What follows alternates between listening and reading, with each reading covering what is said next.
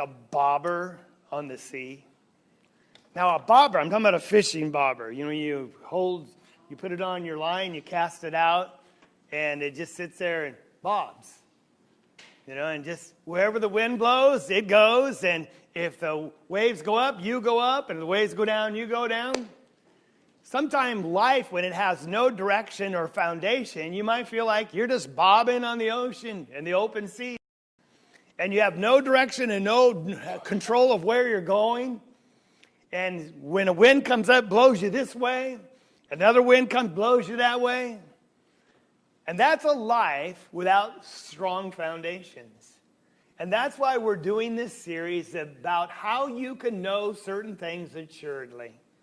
And we introduced last week just the fact that you can know there's a God beyond any reasonable doubt, that it's both rational, it's reasonable, culture will prove it, and it's logical. And so we want to continue that study this morning. And so we're so glad you're here, because so many people in this world are bobbers. They're just out there lost, and they don't know, and some don't even care to ask the right questions.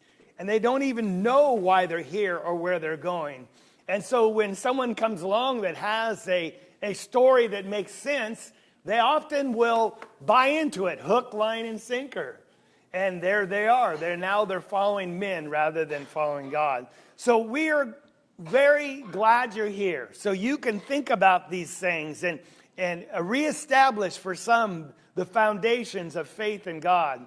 And for others is to learn how to share this information with others so people can understand that it's reasonable to believe that there is a God. Now, when we talk about knowing assuredly, we saw last week, you can't give proof like the science world wants, because science only deals with the physical world in which we live.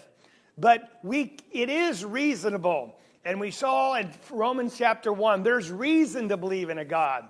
And God made it obvious to all of us, and that's the premise in which we started on, that everyone knows intuitively inside there is. They're without excuse. But there's obstacles to belief. And sometimes this obstacle is science itself, which has a commitment to materialism. In other words, they're going to explain everything in a natural way and somehow leave God out of it. And what we have to do to overcome those obstacles is learn to doubt our doubts, because the God of this world is really good at putting doubts in our mind. Now, they're not based on any reality, on any firm foundation, so we have to be brave enough to doubt those doubts and go, wait, where's the evidence for those? And demand evidence for no existence of God just as strongly as people want evidence for him. Now, that was last week. But now let's turn ourselves just to some of the reasons that we can look to the world and understand there is a God. And we can say that assuredly, and we know it.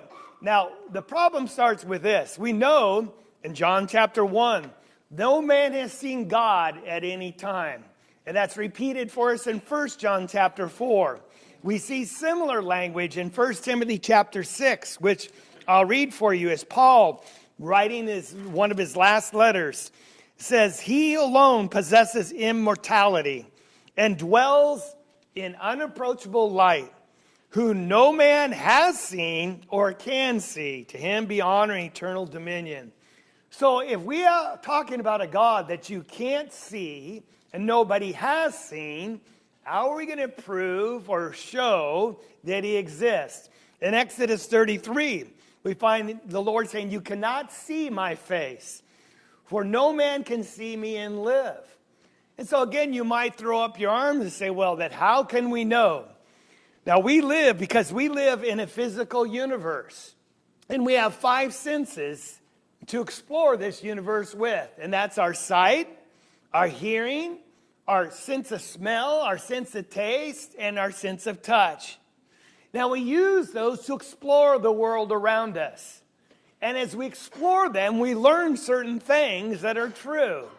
And we want to add one more sense, and that's our mind. God has given us a mind to be able to reason, and he expects us to use it to ask the right questions and demand on the right answers to those questions. Now, when we do that, we can come to a reasonable conclusion that there is a God because we're left with evidence for that. In Psalm chapter 19 and verse 1, the heavens, and notice the verb, they're telling you something. The glory of God. And their expanse is declaring, they're shouting out the handiwork of God, or the work of his hands. So what is this verse trying to suggest to us? If we'll just open our eyes, one of our senses, and look at the heavens around us, look at the stars.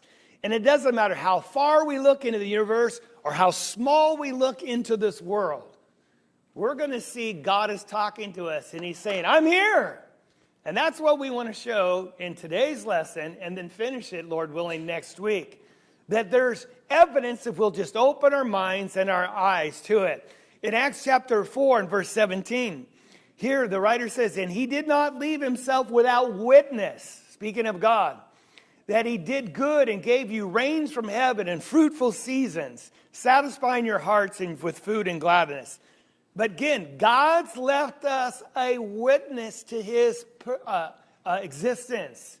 And all we have to do is just ask the right questions and look. Now, we ended last week with a picture of this house. And we just told a story. And with a storm, what's the name of that hurricane? Harvey.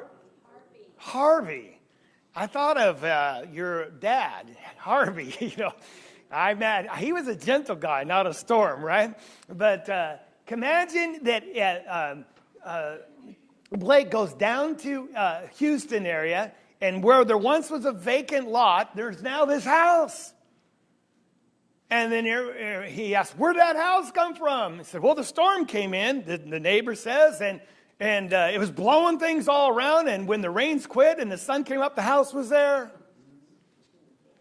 And what would Blake say? Hey, anything's possible in Texas, No, he would have a little doubt, wouldn't he? No, things don't, out of chaos and explosions, create something that looks like it's been designed. Especially when you walk through it and you see light switches and you don't even know what they are, but lights come on and you can see in doors and bathrooms and refrigerators. And that's exactly the way the world is. It's a home God has created for us that if we just look around, there's going to be obvious evidence of design. And we'll look at that, Lord willing, next week. And we're going to see also it's finely tuned. That things are so precise, a builder built them. But the first question we must ask is, where did that house come from in the first place? Did it just blow in, as some would suggest, that the universe is just a random act of natural causes, and here we are in a perfectly designed and tuned world, just like a storm blowing it in? Or did it have a divine creator? What caused it all? And so when we ask that question, we're looking at what we call the cosmology or cosmological argument. In other words, the question of first cause. Because we know that a house had to have a beginning. Would that not be true of this universe? So we'd look at, doesn't it have to have had a beginning which started it all? So that's the question that we're going to ask. A lot of people don't ask the question. Say, well, we're just here. What's the big deal? Just live with it. You're here. Well, no, I want to know how I got here so I can know why I'm here and perhaps find out where I'm going. Because the science would tell us we're just an accident. And we're here just by a random freak of natural acts. And you have no purpose. There's no meaning to life. And they'll just say, when you protest, what? There's no meaning. They'll say, get over it. Is that all there is? It all starts with asking this question, where did we come from? That's where the roots become. Now, we've been playing Mexican Train the last couple days. That's a game of random chance, isn't it? You just pick up dominoes, and if you get the right ones, you win or not. I think a better game is setting up dominoes in order like that, right? And you set them all up, and you can make patterns, and when it's all done, if Miko, my granddaughter, doesn't mess up the dominoes before we're ready, We call her over, and what does she do? She pushes the very first domino, right? And then we watch them go, brrrr, and they all knock the next one over, and they all end up falling down. And now you've seen videos where people spend days setting up elaborate designs, and they cause these dominoes to split off and have two trails, and it's just amazing what they do. Now, if you saw that and you pushed one over, would you say, I wonder how those just blew in? Or did someone set those up on purpose? And this is the argument of cause, because when you see one domino fall, you know some other domino knocked it over. Now, can you go back in infinity and find dominoes forever in our scenario? No, there had to be what? The first domino. Is that not correct? There had to be the first domino. Now, here's the question, the big question. Did that domino in a closed system knock itself over? No. Someone had to intervene outside the dominoes and push the first one over. Someone had to start it all. We know this intuitively, so why don't we apply that same reason to the questions of the universe and where we came from? And that's what we wish to do. And here is the argument in a more precise way. And you go, whoa, I'm already asleep right now. My wife said, last week's lesson was a little dry. This would be really dry if we talked about this, okay? What basically we're saying is something that exists, that comes to exist, has a cause. And we exist, therefore we had a cause. Now we wanted to explore what that cause is. Now is that not reasonable? If something exists, it had a cause. And so Clinton, I think he's here. He exists. And so is it fair to say Clinton had a cause? Something that brought him here. And that's true of everything, whether it's the light, the podium, the building, this Bible. It's also true of the universe. Now, little children, they ask that question, don't they? They ask, Mommy, when they get old enough, where did I come from? They want to know, and they'll probably say, Mommy, I was thinking cosmologically that where did I come from? Because I do exist, and everything that exists has to have a cause, so what caused me? Now, what do you say? Go ask your dad, right? But when they're old enough, you have to explain to them how we get here. Now, I don't care if it's a child or if it's a tree. To a trees, all you point to them, they have a cause. And you know they have not existed forever because you can saw one down and count the rings, and you know they had a beginning because everything that exists has a beginning, and that beginning had to have a cause. And so that's all we're arguing here. That's the argument. It's the argument of first cause. We looked at the lunar eclipse last week. Wasn't that magnificent? God was talking to each of us. And if we're going to be careful and intuitive enough just to sit down and ask the questions and think and ask, how did that moon get there? And when you start looking at the theories of how a meteorite hit the earth and it blew off a section of the earth and it kind of formed this dust and it all coagulated into a moon that's perfectly positioned the right distance from the earth to cause the right tides, and it's the right distance so when it passes in front of the sun, it totally blocks it out. When you look at all how finely tuned it is, you have to ask, how did it get there? Isn't that a fair question? And that's where God's telling us, I did it. Just look. And the only reasonable answer is, I did it. And that's what we want to argue here. So here it is. I'm trying to make it as simple as I can. The first step is just to acknowledge something exists. You say, well, Jack, we can get past that. Well, you have to understand, some people don't want to give in to this. Why are you laughing? Because you know it's true. They think we're living in some type of matrix. We don't know if we're real or not. It could be a dream state, and we could just be an illusion. It's someone else have programmed us. People, have you ever met someone like that? No. All right. Okay, you have. And so how do you know for sure if you're really here? I said, come up here and let me hit you, and then we'll see if you're... No, I wouldn't do that. All right. But we all know. But some people don't want to acknowledge that because they know where this path leads intellectually. When we acknowledge that we exist and that we're here, we have to answer the question, where did I come from? And so the only reasonable thing is something exists. And when we all agree, you can start this with anyone that you're talking to, that something exists. So the next question is, where did this something that exists come from? It's like the domino. It fell over. Well, this domino knocked it over. Well, what knocked that domino over? We're going to ask regressively, where did the something come from? Until we get back to the origin of all things. Does that make sense? Now, that's really quite easy. So the next question is, since something exists, this something, I don't care what it is, the universe, Clinton, we'll use Clinton. Here it is. He's always existed. He looks like he's always existed. Happy to know you, Clinton. You keep saying you're old man and you're kind of rough, but or else Clinton had a beginning. Now, when you look at Clinton, everyone would agree he had a beginning. Why is it then when we look larger, I'm talking about in our solar system, or even larger, the galaxy, or the whole universe, people say, some want to say, well, it's always been here. It's always been in here. Well, is that possible? Do we have a problem there? Let me just ask you the question. If you saw this bucket and water's running out the holes in the bottom, and I said, that bucket's been dripping forever, what would you say?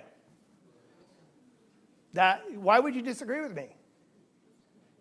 How come that could it not possibly be dripping forever? What, were you back there 1 million years ago? Were you there 1 billion years ago? 14 billion years ago, it was still dripping. Couldn't the holes be small enough that they just go drip every 1 million years? Drip every 1 million years. And so it takes 14 billion years, and it's still dripping. Is that possible? What do you come back and say? Give it enough time, what would have happened? I don't care how small you make the holes. It would have run out already. Is that not reasonable? So you know at one time that bucket had to be full or somewhat full when it started to drip. It cannot drip forever. Now why that's important is because there's a law, it's called the second law of thermodynamics. Now a lot of people are going, okay, it's time to take my nap, all right? I didn't like math, and even physics is worse. There's 3 fundamental laws that govern our universe, and they're just plug and play. When physicists use these, astrologers, not astrologers, astronomers. The astrologers don't use these laws. The astronomers, when they plug in these laws, they're just given. They know they're true. They're universal. The first law is matter can neither be created nor destroyed. Something can come from nothing. And we have a fixed state. You can't destroy matter. What we have is what we have. Now, matter is really energy is what it is. Like you take a candle, and this little light of mine, you have a little candle and you light it. We think it's matter because it's solid, but really it's just energy in a stable form. You heat it up, and it starts combusting, and it releases that energy, and releases in the form of light, right? So you can see it. It releases the energy in form of heat, because you don't want to hold your hand over it, it'll burn. And also smoke. And when it's all burned up, you say, well, the candle's gone. No, it's not gone. It's still there, because matter can neither be created nor destroyed. All that energy is still there. It's in smoke, it's in light, it's in heat. There's a little residue, ash, right? But if you could gather it all back together and push it back into a little form, you'd have a candle again. But you can't do that because it takes more energy to do that. And that's why the second law comes into effect. It's the law of entropy. And the word entropy, it means an unusable state. That everything in the universe is going from a usable state into an unusable state. Things naturally go from a highly agitated or a heated state to a cooling state. For example, just the candle. There's heat, but as that heat spreads out, you can feel it close, but can you feel the heat way out here? Now, is the heat still hitting you?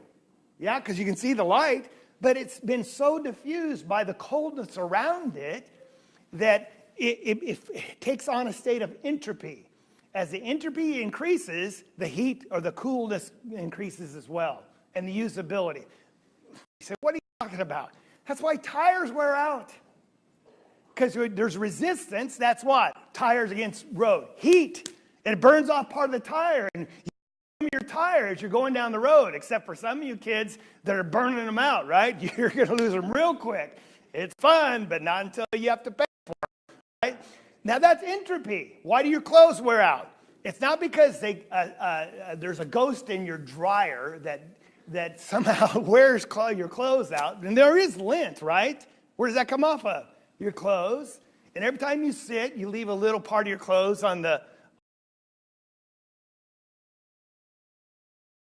lasts forever. It's the law of entropy.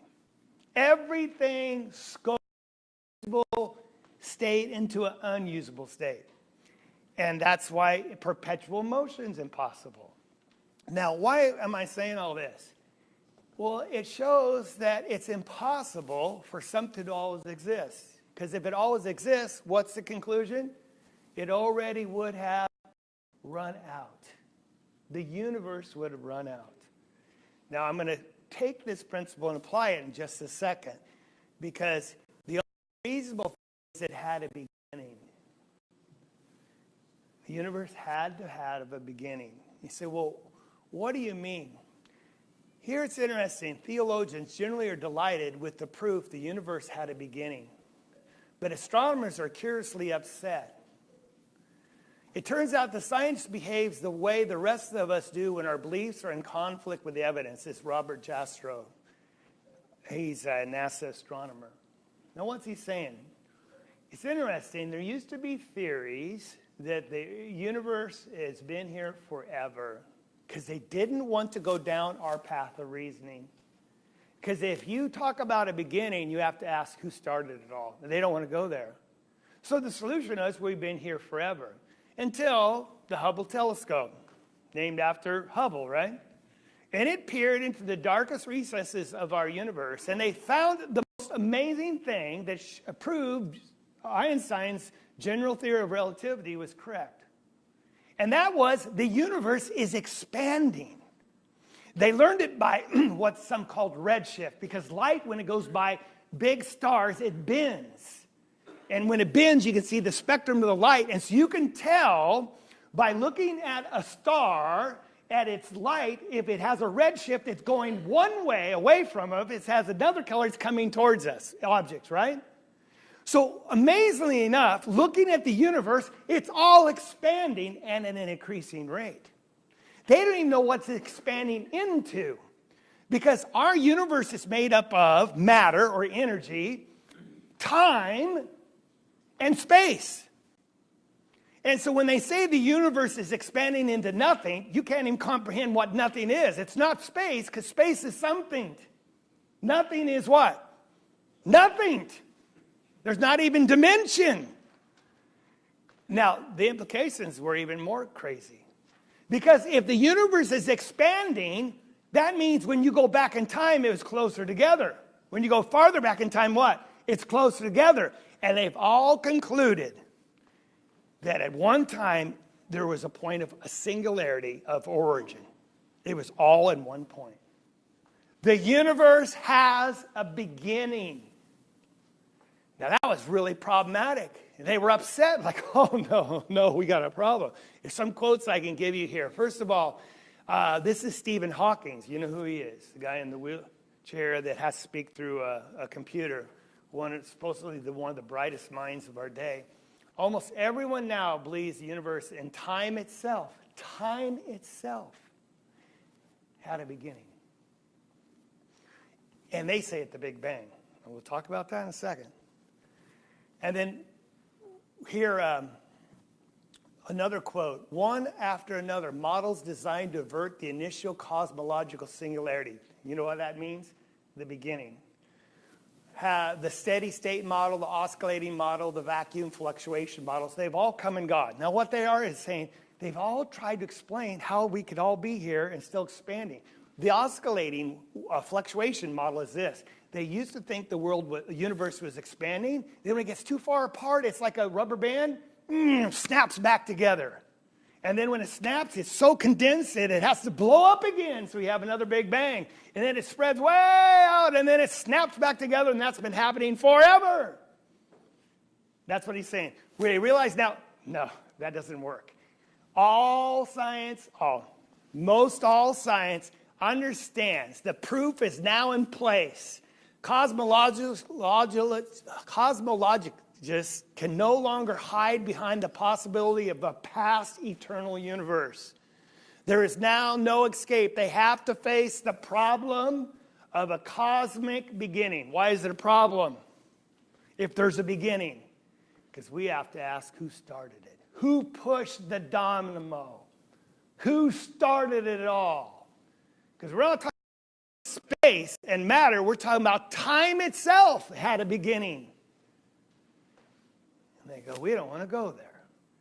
So that leads us to our next point. Something exists, right?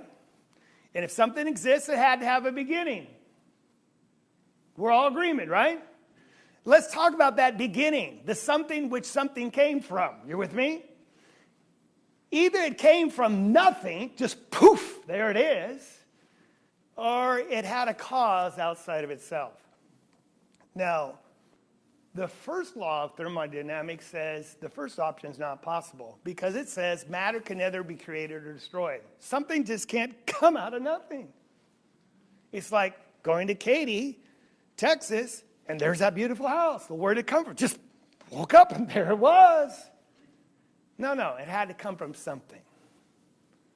It just can't spontaneously generate itself. And all science would prove that. So we know that it has to have a cause outside of itself. Now, what do I say outside of itself? So what if Clinton say, well, Clinton, where'd you come from? Oh, no, I've always been here. No, okay, Clinton, you had to come from something. Okay, I had a beginning. What caused you? I did. I caused myself. Well, no, Clinton, you can't cause yourself because we're talking about the moment you became into existence. You can't cause yourself to come into existence if you didn't exist, right? You with me? I'm confused. Okay. Something has to come from a cause outside of itself. In other words, the dynamos in our closed system, they're all lined up perfectly. They can't knock themselves over. Someone outside of that system has to come over, like Miko, and push the first domino. Then rest takes place. Can it run forever, the dynamos? No. It'll run out sooner or later. That's the second law. So, everything exists. It had to have a beginning. It had to have a beginning outside of itself. When we say outside of itself, what are we talking about? Outside of time, outside of space or dimension, and outside of matter or energy. Everything we see with our eyes and our touch and feel, everything science can test, we're talking a cause outside of that. Non-physical. Now that leaves us with a huge problem, this cause outside of itself. Here's Paul Davies writing about the birth of the cosmos. What caused the Big Bang? One might consider some supernatural force, some agency beyond space and time as being responsible for the Big Bang. Or one might prefer to regard the Big Bang as an event without cause. In other words, it just happened. All of a sudden it appeared on its own. It seems to me that we don't have too much choice.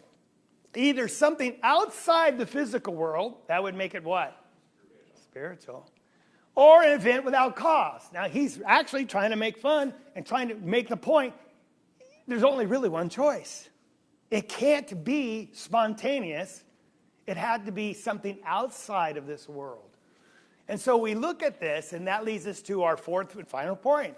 We know something exists. If something exists, it had to have a beginning. If it had a beginning, it had to have a cause outside of itself. That first cause is going to be non-physical, without space, matter, or time. Now, what have I just described? Without matter, before time, outside of time, and without dimension. We have just described God.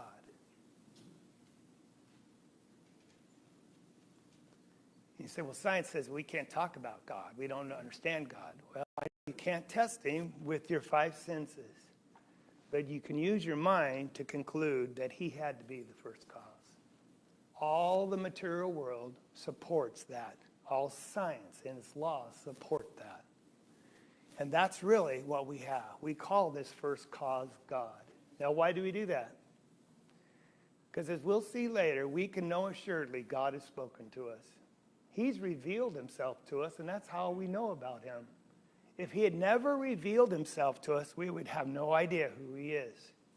But we're getting ahead of ourselves. But you can know assuredly there is a God, that he started all things. And that's where we open our Bibles with this most simplistic, but yet the grandest statement that has ever been made. In the beginning, what's that? The beginning of time.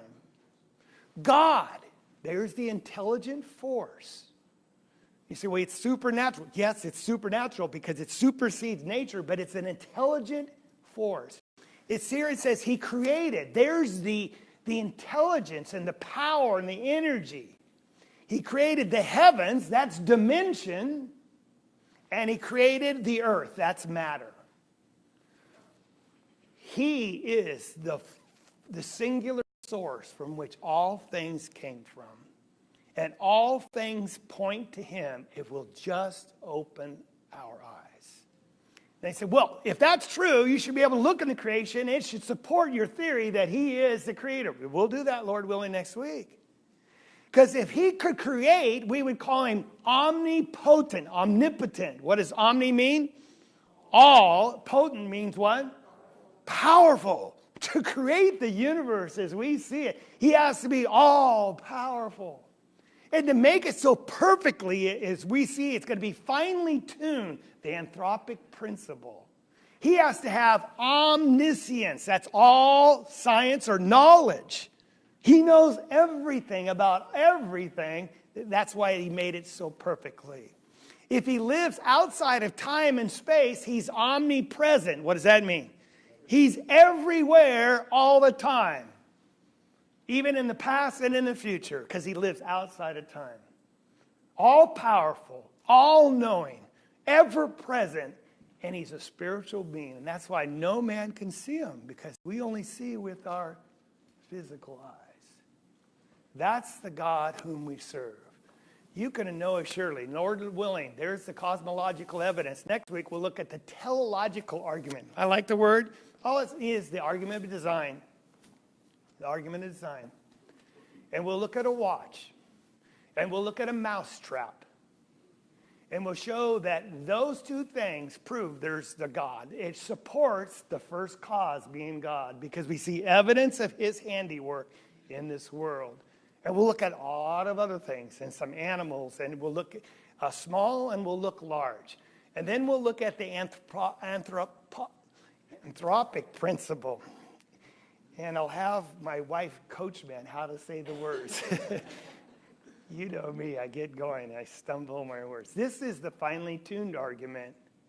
And again, it's like picking up that guitar. And when it's finely tuned, every string to a note and a chord, you go, wow, someone did this. Intuitively know that has to be the case. And when you see a finely tuned universe, and science tells us it is, we know someone tuned it. We'll look at their ludicrous answers of how it got tuned. They're ludicrous. I'm talking about people that are given to naturalism. They cannot consider the option there being a God. They come up with the most idiotic conclusions how it become finely tuned. And you're going to see it's more reasonable to believe the voice that is talking to you.